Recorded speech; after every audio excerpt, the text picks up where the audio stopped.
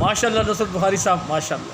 مجھ کو دونوں میں نظر آئی نہ تفریق کوئی، مجھ کو دونوں میں نظر آئی نہ تفریق کوئی، میں نے قرآن جو رکھا تیرے کردار کے ساتھ،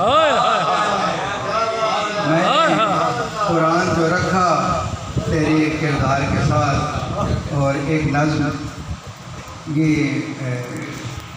واجد صاحب کی فرمائش بھی ہے اور میں بھی یہی نعت لکھ کے لایا تھا. سبحان اللہ. اور عنوان ہے قیامت کے بعد لکھی گئی نظم. خدا نے لاج جو رکھی میری سرے محشر، تو ایک دنیا کو حیرت تھی میری بخشش پر. سبحان اللہ. کوئی کسی سے یہ کہتا تھا دیکھیے حیدر، اسے کسی نے نہ دیکھا کبھی خدا کے گھر. ایک اور چاہنے والا بھی تھا بہت ششدر، یہ اس لیے کہ وہ رہتا تھا میرے ساتھ اکثر. سبحان اللہ. اور ایک دشمن جان کو بھی اختلاف ہوا کہ یہ پلید زمانہ تھا کیوں معاف ہوا.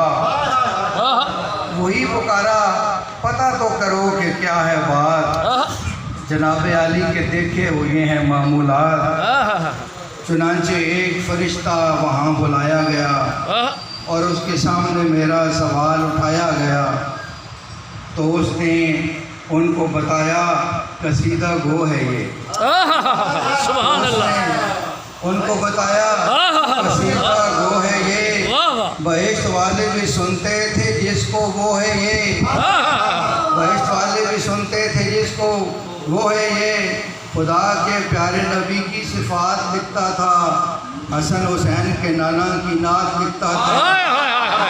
خدا کے پیارے نبی کی صفات لکھتا تھا، حسن حسین کے نانا کی نعت لکھتا تھا. انہی کی لطف و عنایت کی اس پہ بارش ہے، اسے نہ چھیڑیے اس کی بڑی سفارش ہے. سبحان اللہ نصرت صاحب.